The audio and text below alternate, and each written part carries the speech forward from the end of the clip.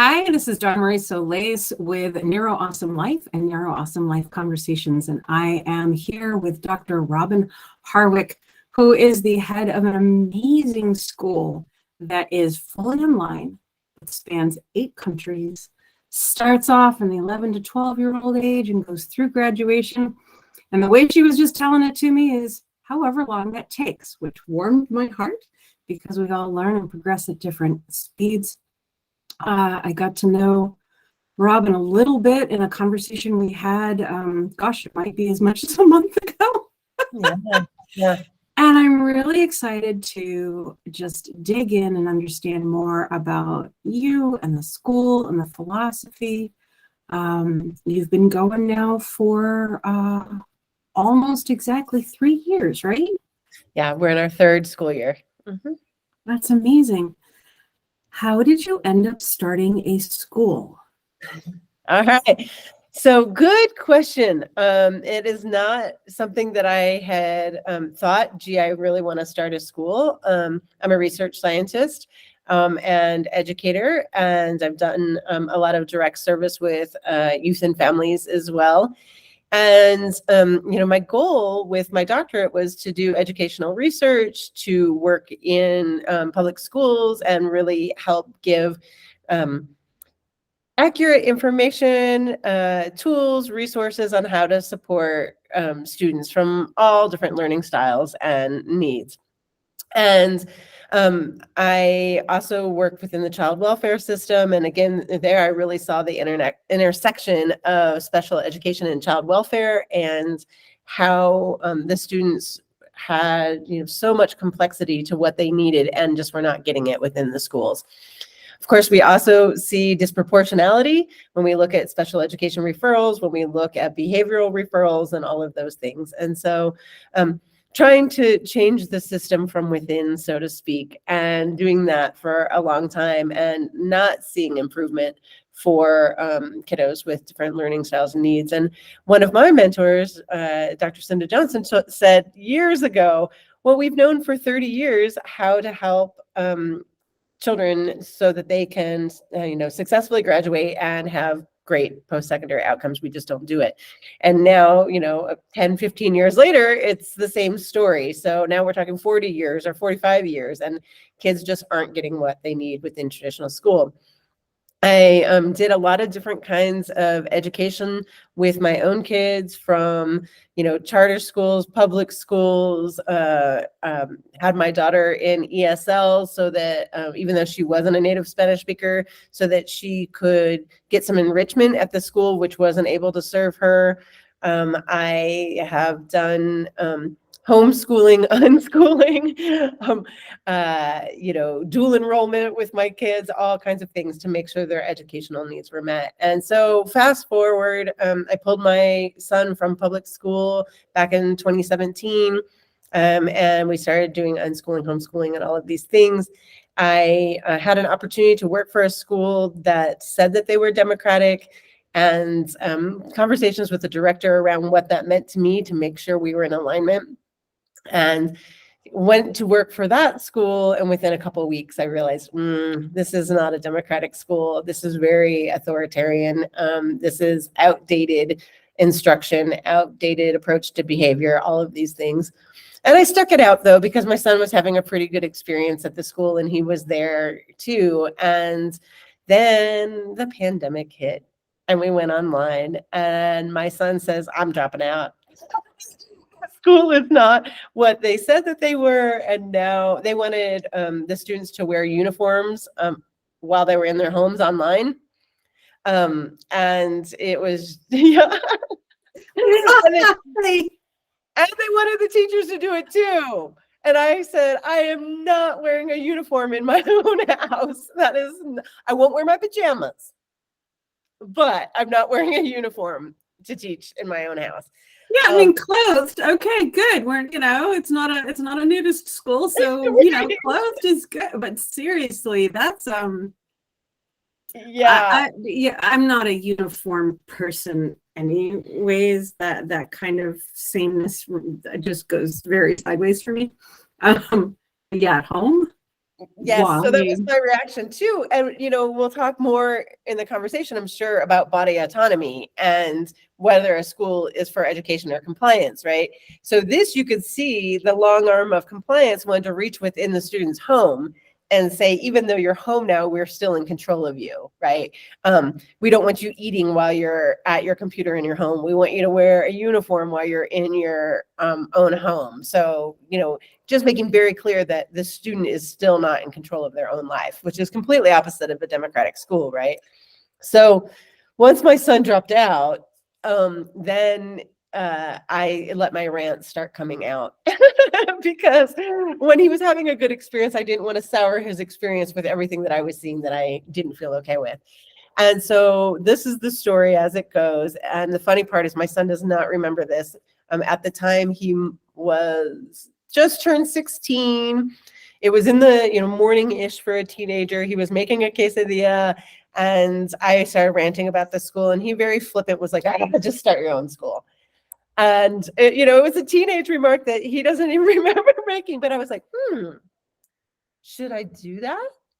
And then, Dr. Kimberly Douglas, 2 days later on Facebook, she posted, "Is anyone thinking about starting their own school?" And I thought, well, isn't that weird? And Kimberly and I hadn't met yet, but I responded, I said, actually, I've been thinking about it for 2 days. And so I put up on Facebook, I have this idea. I want to start an online democratic school because for us, a barrier was always location. I saw really cool schools, but how was I going to get there? I didn't want to move again. Then I have to look for a new job, all of these things. So location was a huge barrier. And within 24 hours, I had about 100 comments on my post. And if you, like me, you put things on Facebook and you think they're pretty clever, and then there's just crickets. You never hear anything. Yes. And this was 24 hours, 100 comments saying, do it, do it, do it. This is a great idea. So Kimberly and I had our first meeting, I believe it was April 16th of 2020. And we launched the school in September of It's 2020 amazing. with It's students. amazing.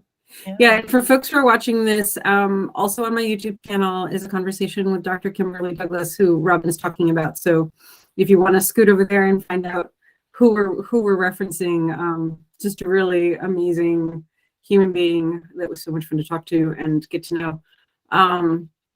So the name of your school is the Pearl Remote Democratic School. Is that correct? The Pearl Remote Democratic High School. High school.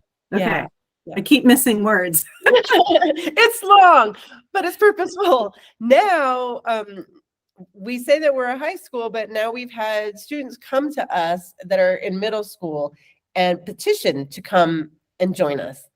And if a student shows up at my Zoom door and says, I need to be in your school, I'm not going to turn that student away. And a student who's willing to advocate for themselves with somebody they've never met before across the internet and say, I need to be at this school. This tells me this is exactly the student who needs to come. And so if you're watching and your child is in middle school and you're thinking, well, maybe someday, what we're learning is middle school is the perfect time for them to come in and join us because we're a homeschool partnership and they don't have to really track credits in middle school, right? So it gives students the opportunity to take classes that they're really interested in and adjust slowly before they have to take a full course load. So they're adjusting if they're coming from a traditional school setting and they've never done homeschooling or unschooling or world schooling or micro schools or any of these things before. It gives them a chance to adjust and figure out what it feels like before they're in high school. And then we have to start working with the families to think about how many credits they need to graduate.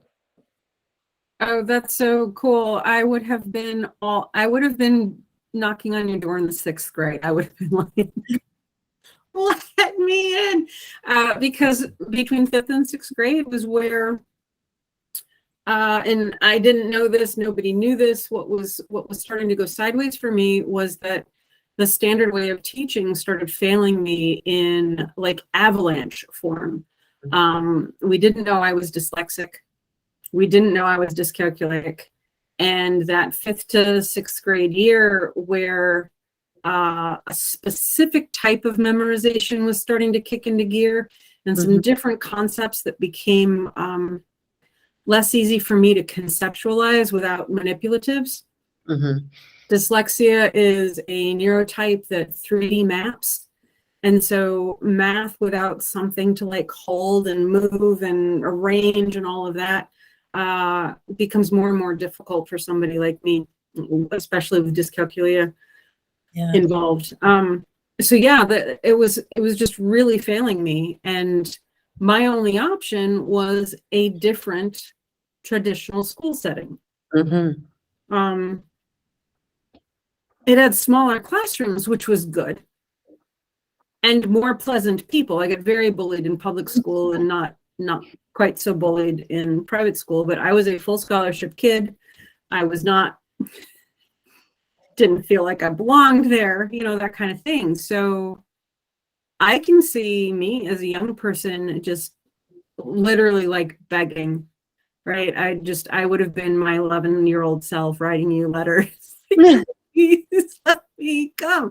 I mean, yeah, I'm sorry you had such a negative experience. And I get pushback from people who say, don't take away from the public school.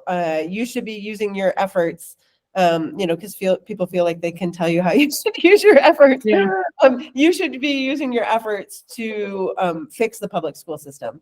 And I say, you know what? I did that for a long time, and I still do it. I still teach in a graduate program for people who are getting their master's in special education, and I also teach in a teacher prep program. So I still want to see that systemic change, and I also think that kids who are being harmed within that system deserve a safe space. I don't think that parents need to sacrifice their children to the system. If your child is being harmed within the system, whether it's because of racism, bullying, as you mentioned, because their learning needs aren't being met, because of gender identity, all of these things, children don't deserve to have that experience just because we believe in public schools, right? And I think that that's an issue that I hear about a lot, where parents say, well, education for me was horrible and I hated school and everything, but it's just part of life. And it doesn't need to be part of a life. We want to create lifelong learners. And in order to create lifelong learners, we need to give kids a cool, fun, supportive educational environment so they're not turned off from what they think learning is, right? Yes. I mean, education is my background. It's, it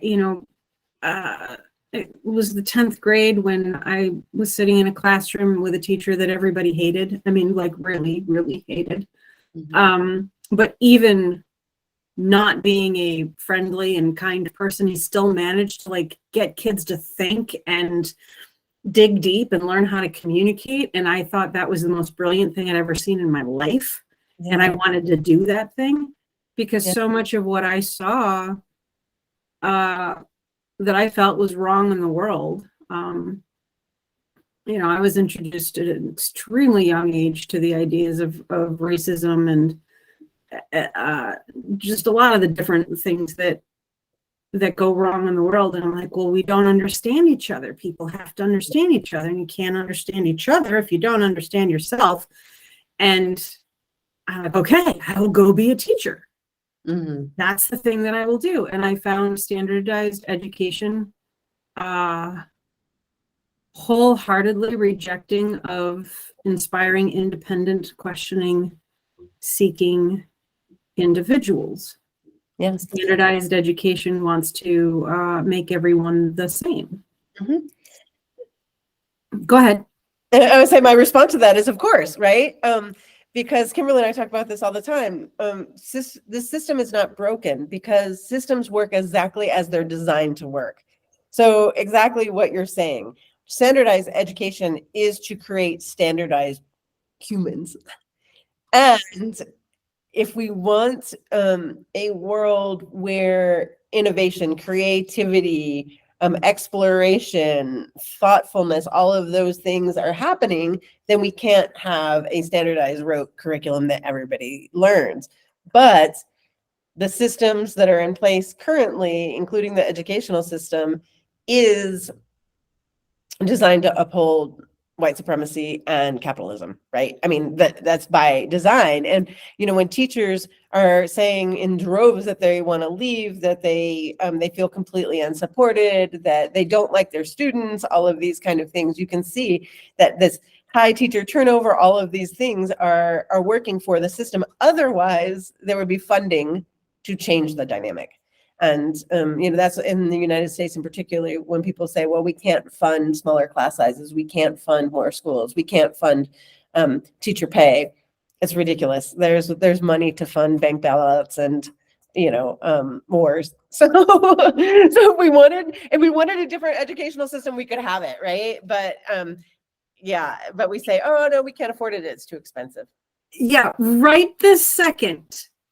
The poignancy of saying we have money for bank bailouts, right? So whatever the longevity of this recorded conversation is, at the moment we are having it, the United States government is bailing out people who made really bad decisions with other people's money, and they'll be just fine, right? We will take care of people who make horrifyingly bad decisions with things that don't even actually belong to them, right? It's other people's money. Yeah, well, and they say, one article I read, they said they're working, like some of the other banks or something are working towards a solution so that nothing comes from the taxpayer money directly. But I remain suspicious, and I can continue to watch and see how this plays out because you know, we've been talking about student loan, you know, support for people that have been in this massive student loan debt, and all of these things, and we can't afford it. We can't afford teachers to have living wage salaries so that they can live in cities like Seattle where they work, you know, because the city is too expensive. And so the pay versus you know, what the cost of living there is ridiculous. And you know, so again, it's just an excuse. It's not like the government has the strong desire to give people quality education to meet all of their educational needs. And we're just a poor country that doesn't have the money for it, right? I mean, that's... Yeah, and I don't know how far down the rabbit hole you want to go. Part of my background is actually learning the birth of publicly funded education in this country. Yeah. And so when you say a system is designed and then it works as it was designed, you're absolutely right when it comes to our education system. There were two factions, so to speak, that wanted standardized publicly funded school. One was so that they could create the type of compliant citizen that would keep the powerful in power.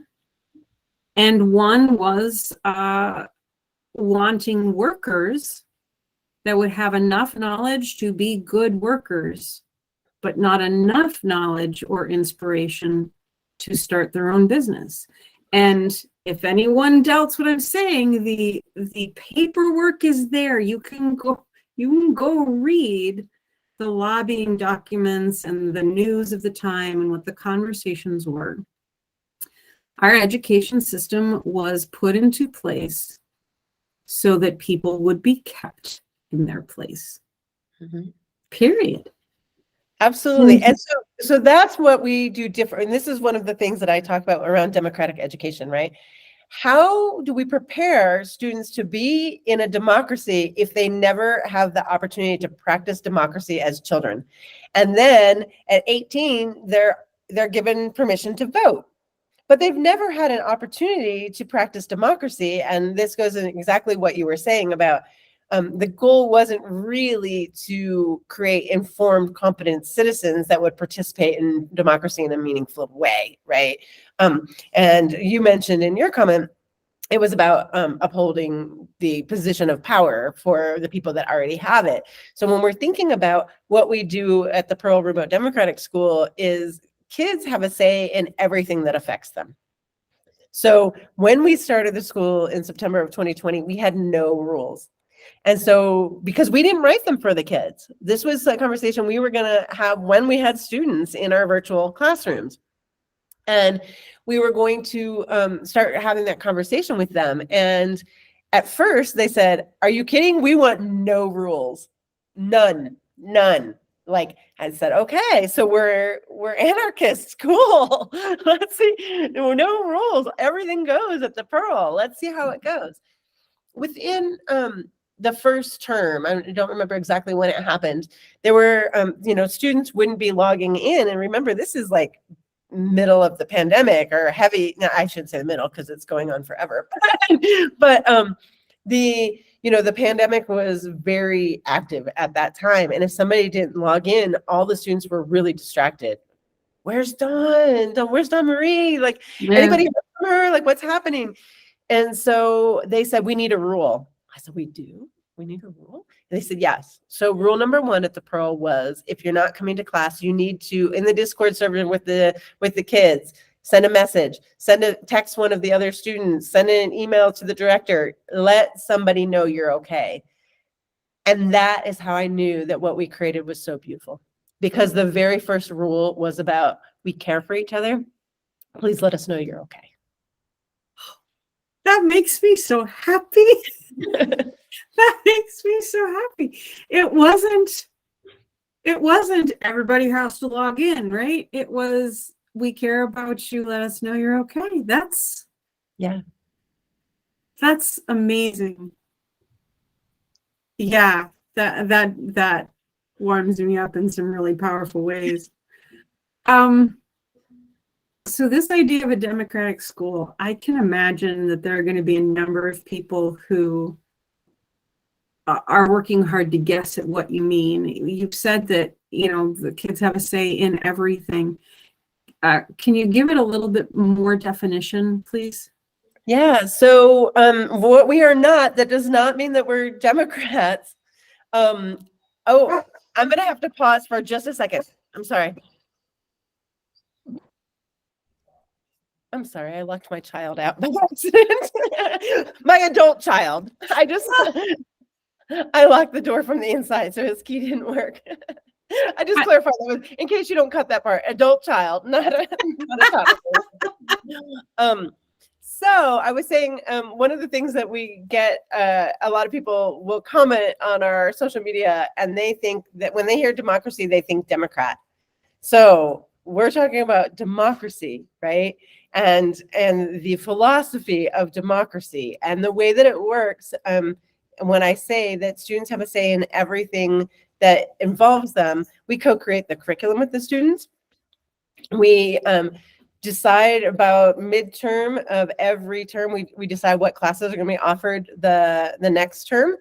And it can look like, hey, I need economics to graduate in my state. Can we have an economics class? So it can be really practical like that. Or right now, we being I am working with the students, we're going to have an introduction to AI class. And we're all super interested after ChatGPT came out. Everybody's playing around with it. The students have already been using Midjourney and these other kinds of things. Most of the students have signed up for the class. Also took an ethics class with me. Many of them took 2 terms of ethics. And so they're like, well, we have to talk about the ethics of AI in AI. So, we see how they're building on their previous knowledge. So, some of the classes come out of things that they're really interested in. And so Introduction to AI will be a STEM class, and so they can think about where that fits into what they need for graduation. We continue to work on school rules. We set norms. We have votes around the parents wanted to be able to come into the classroom more frequently to observe and to listen to student presentations, and the students said absolutely not. The parents got outvoted. They said, this is our space. We don't want our parents here. We're going to do a student showcase, and kids who want to present to a larger audience can be in the showcase rather than parents coming into our space will come into yours. And so those are the kind of things that we talk about. And then with the parents, we're democratic with the parents as well. When we have big decisions to make about the school, we talked about whether or not we were going to move from being a homeschool co-op to being a accredited private school. And the parents said, no, we don't want that. We've been down that road before. And that means checkbox, checkbox, checkbox. And the next thing you know, it's leaning towards more of that standardized education, like what you've said. So the homeschool partnership gives us flexibility and freedom. Kids can come anywhere that homeschooling is legal. So around the world, there are certain countries that homeschooling is not legal. Some of their, some parents from there have said, well, what if our kids are in the general curriculum that's mandated by our country, but they just take extracurriculars with you? Can we do that? I said, absolutely, if the timing works out, right? So lots of flexibility and freedom. We do self-reflections instead of traditional grades. So this is also about, you know, that autonomy and building that confidence, where instead of saying, you know, this is wrong, you didn't earn your credit, we, you know, what does your best in this class look like? The students did ask for, this is really interesting, and for people that are very into alternative education, I think it's going to surprise them. We started out with no grades at all, no point system or anything. The students begged us to put more structure in place because they said, I can't tell how I'm doing. I need to know how I'm doing. So we created a rubric all teachers use the exact same rubric, and it's very simple. It goes from 0 to 3. 3 is you earned your credit for this activity. 1 is you got started. You did some things. And then the instructor's responsibility is to tell them what do they need to do to get to that 3. You know, so you started, where do you go from there? And sometimes this is on the student's own personal goals. Maybe they want to write a short story. Maybe they want to create a short film. They got started, but they're stuck. They don't know how to get beyond what they've done. And so we map it out with them. What are the next steps? What supports do you need to get there? So the majority of our students are neurodivergent, and many of them will need lifelong supports in a way that works for them and what they call it and what it looks like. But learning how to advocate for themselves, saying, I've got all these strengths that I can bring, and here's a few things that you as my employer, or you as my partner in, in an entrepreneurial situation, here's the things that I need from you in order to be successful. And so they have an opportunity to practice these things, and in a very non-judgmental, very normalized way. So like I said, the majority of our students are neurodivergent. So we talk a lot about, here's how my brain works. Here's my messy notepad. I need paper, but I also have sticky notes here, and I have a whiteboard here, and I use Google Calendar. So let's think about what works for you. Let's try out a couple things and figure out what kind of organization you need. So that self-reflection is really about setting some goals, talking about process. The product is not as important, and this as an educator, right? The product is often not where the learning occurs. It's that process of how you get to the product, whether it's a math activity or, learning Spanish or creating a piece of art. And so we have them reflect on that and set goals. And then for goals that aren't achieved in that time frame, we talk about, is this something you want to continue working on next term? Are you no longer interested in this? What does this look like? Let's set some new goals. And so it's credit, no credit yet.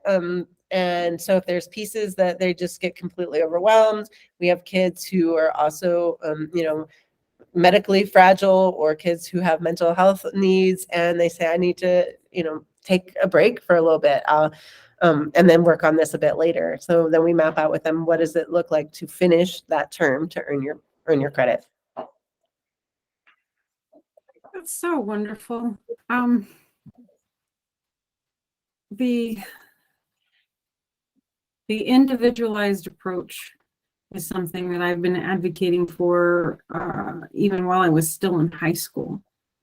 That, I recognized pretty quickly that not everybody learned the same, and not at the same pace. And due dates and deadlines are all artificial. Right. It's not the end of the world. It's not, right? Right.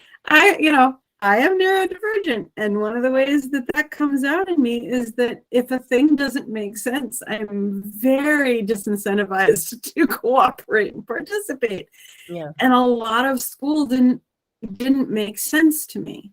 Mm-hmm. And one of the things I loved hearing, and I loved everything you said, but something that I really related to was that the students in your school can think about what they would like to learn next, and that they're bringing their current learning with them in a connected way. And I think that's something that standardized education in general fails at abysmally. The young people basically get told, you just have to learn this stuff.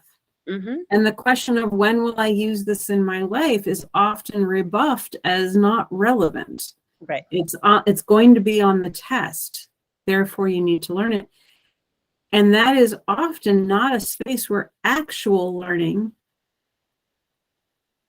mastery, memory, future capability, right? Learning, where learning actually happens. Right. Because if I don't think you have to be neurodivergent to kind of adjust to the output expected, right? If the output expected is you're learning this for the test, fine. Then as soon as the test is done, it is discarded. Evidently, I didn't need that for life, because when I asked, when will I use this in life, I was told it's for the test. So, right. And then we spit these young people out into supposedly the adult world with very few life skills. You know, many young people, if they choose to graduate, don't know how to open a bank account, wouldn't know how to invest, wouldn't necessarily even know how to run their stove or their dishwasher or their clothing washer, right? Like, we do a shockingly poor job in our standardized education system of actually helping young people to a point where they will be successful after school.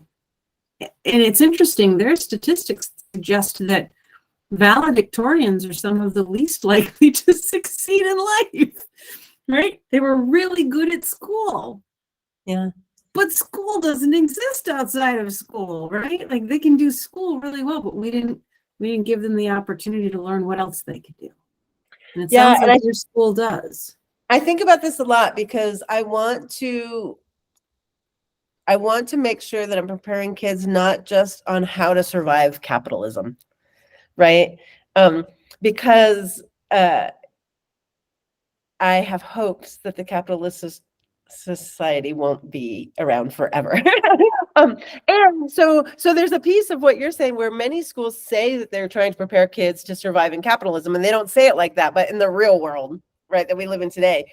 But the reality is, even with that, traditional education isn't doing a good job.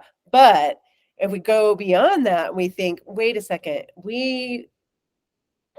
our kids today, if you look at the statistics from the CDC that recently came out about mental health in teenagers, our kids today are really, really struggling. They need to be hopeful.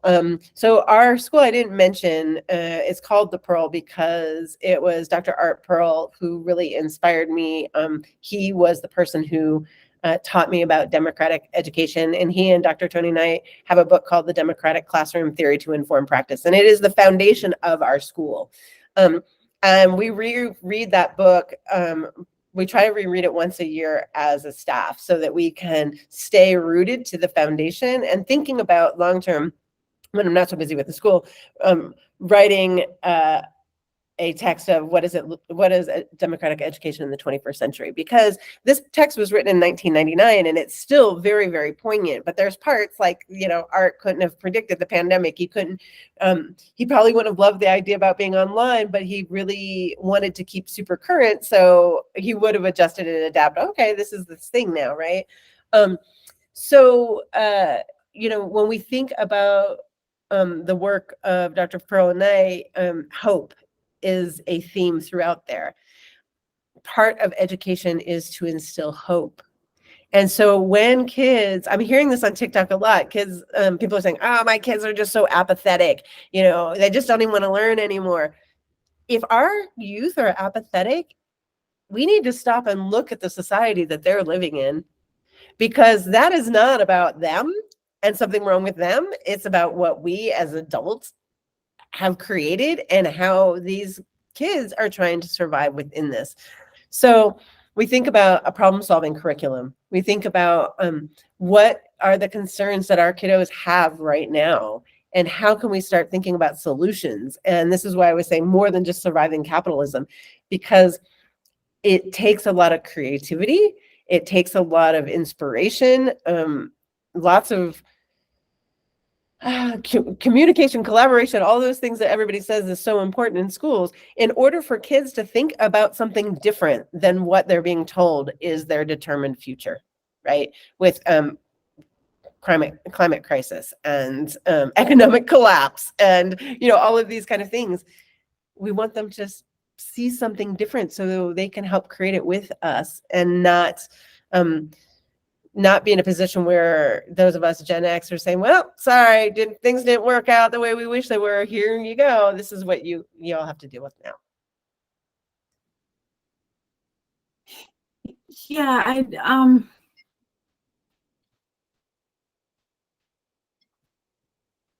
I'm having too many thoughts all at once. ADHD. I want to back up a little bit. I want to grab the word capitalism, because we're often taught what capitalism means without a definition, which is a funny thing about our political situations right now. Our political environment right now asks us to not know what people are actually talking about while demonizing certain words. And so I can imagine that there are people who might really love the idea of your school, but get kind of caught up short in the "I don't like capitalism" statement, right? I hope it goes away. And I'm sure. One of the pushbacks that I can hear from people I know and love is, well, the school's taking money for their service. Capitalism, right? Yeah. So can you just give put a little bit of a definition of what you mean by capitalism, and then something specific about what is an economic alternative structure that you're aiming toward? So here's the thing. I'm not a capitalist because I don't have any capital. And so most people who call themselves a capitalist forget there are capitalists, the people who own the industry, who own who have the money, right, to bring it down. And then there are workers, and we're the workers. And I have been working class since I was born. My mom worked in a factory. My dad was a mechanic. I worked 2 other jobs. My labor for the Pearl is predominantly free. I very rarely have enough money after paying my teachers in order to pay myself. We are a nonprofit, and we have a sliding scale scholarship. So I think that's one of the things, and this is a longer discussion about what is capitalism, because so many people defend capitalism and love capitalism, but they don't realize they're not a capitalist. They are a worker. And if you have a $300,000 mortgage and you owe $20,000 on your car and all of these things, you're not the capitalist, you're the worker, right? And your choice, this is kind of going off, but your chances of becoming a person who is unhoused are so much closer than your chances of becoming one of the billionaires. I mean, that's just the reality of where it's at. So when I rail against capitalism, this is definitely, I don't even know that all of my teachers feel as strongly anti-capitalist as I am. I'm an old punk rocker. I've hated capitalists. People say, well, why didn't you start an anarchist school? And I was like, we can't even get to democracy. in order to have anarchy, we need to have an even more well-educated, collaborative society than in a democracy. And we're so far away from a true democracy. Like, if we get that there to true democracy in my lifetime, I will be thrilled, right? And when we think about direct democracy and what that looks like, so I'm actually learning. We have an economist on our staff, and I'm really interested in learning more about solidarity economy, mutual aid, and really, I need to envision what else could be there. And I'm not an economist, so I'm not there yet. But here's the thing. When you say that you don't like capitalism, people say, oh, so you're a socialist. Oh, you're a communist, right? Because we have only been schooled in those words. And as Right. you pointed out, most people don't even know what those words all mean. So capitalism is an economic and political system, a reading definition, in which a country's trade and industry are controlled by private owners for profit, right? So right there, the Pearl is a nonprofit. So we are not controlled by private owners, and we are not for profit. So we do take money for tuition because our teachers have to eat food.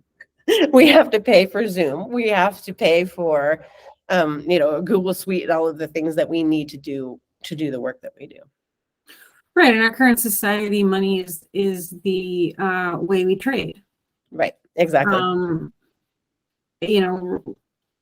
I fundraise, and there's financial fundraising where it's dollars and cents. Mm-hmm. And then there's in-kind fundraising where somebody may be able to provide a thing or a service that we need. So it's not direct money, but we get the thing that we need. Mm-hmm. And so if I'm hearing you well, firmly what you don't want to be contributing to intellectually with your labor, et cetera, mm-hmm. which is some people own all the things and everybody else works really hard so that they can own all the things. And we still only get a little bit of the things. we don't get all the things, right? But at least from my perspective, because of the way you're running your school, that does not mean you're against entrepreneurialism or people establishing themselves in good situations in their life or anything like that. It's the capitalism only works if a very few have most of the resources and the vast majority have what's left over. It's about autonomy again for our students, right? And we have students who want to be entrepreneurs and want to be their aspiration is to be capitalist. We talk about ethics.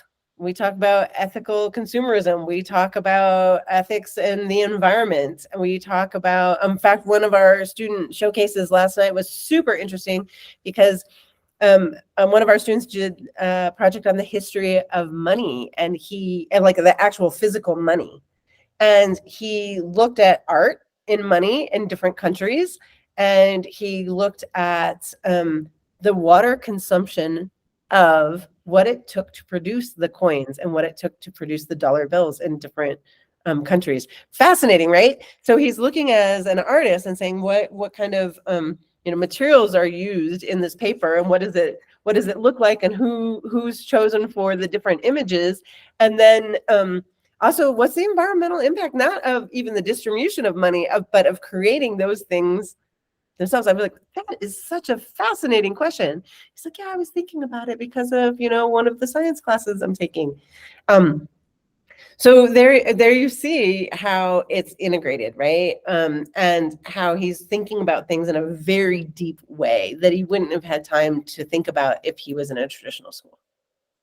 Yeah, the freedom to learn as you go after things you're actually interested in. Mm-hmm. One of my early attempts when I was in education specifically was to help people understand, and it fit in really well when I decided to homeschool my own children. I was in the unschooling camp because a trip to the grocery store is educational. A walk down the street is educational. Life is learning. But this, this idea that learning gets, that happens only in tiny spaces. And then we disincentivize going off the path, right? Like the ADHDer who's attracted to all of the shiny objects on the periphery, right? Like, okay, I know what the topic is, but this thing over here is calling my name, right? And standardized education doesn't let you follow that, and it actually criticizes that and says, pay attention, focus. I would be exceptionally focused if you'd let me go pay attention to that thing over there. The thing I care about. ADHDers don't have a focus problem. We actually are intensely focused. We just have to focus on what we're interested in. And standardized education does not appear to care about interest, investment, passion, person. We don't have a lot of time left, and I want to circle back to something that you said maybe we would talk about very early on. And that's control of the person, control of the body, control of this is a space that's exceptionally important to me. When I do these videos with people, legally I own the copyright to the whole thing. But I tell everybody who's on the other side of the camera from me, I don't own your words. So anybody who does a video with me is free to snippet up their sections of the video and use them however they want. And they don't have to give me credit, because I won't own the image and the words and the thoughts of another human. I won't do it. I will not put restrictions on that. People are allowed to tell me, I liked our video yesterday, but today I no longer like it. Take it down. Okay, it comes down, right? Because I'm doing everything I know how to, and I'll adjust as I learn, but I'm doing everything I know how to make sure I operate according to my value set. And my value set says, I own my body, I own my brain, and everything that comes in and out of it. No one else does. Not a government, not a faith, not another human being. And I've been this way, I think, since birth, right? I have railed against anything that tried to own me or anybody else. And so I really resonated. I'm pretty sure my face got shown on this video. Like, why? I don't like uniforms to begin with. Why are we making kids do it at home? Yeah. How do you help the fresh student into your environment start shaking off? They've been trained to be under somebody's control. They may want to be away from it, but they've been trained.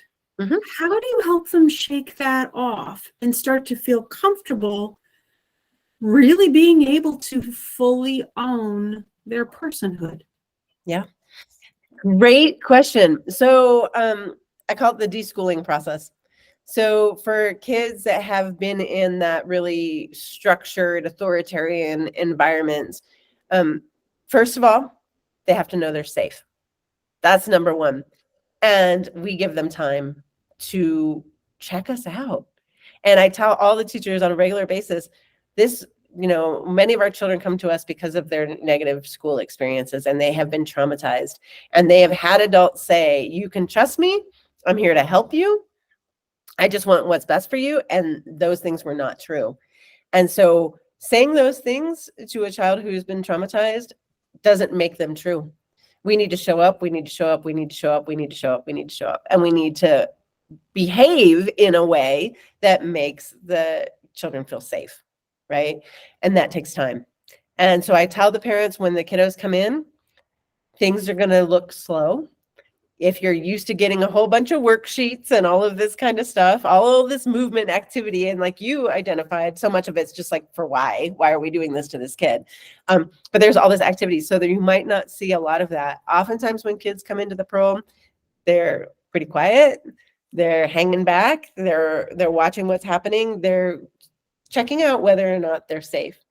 Then when they realize, that if they need to use the bathroom, which they weren't even allowed to do in a regular school, if they just put in the chat. So this is kind of one of the norms we've set.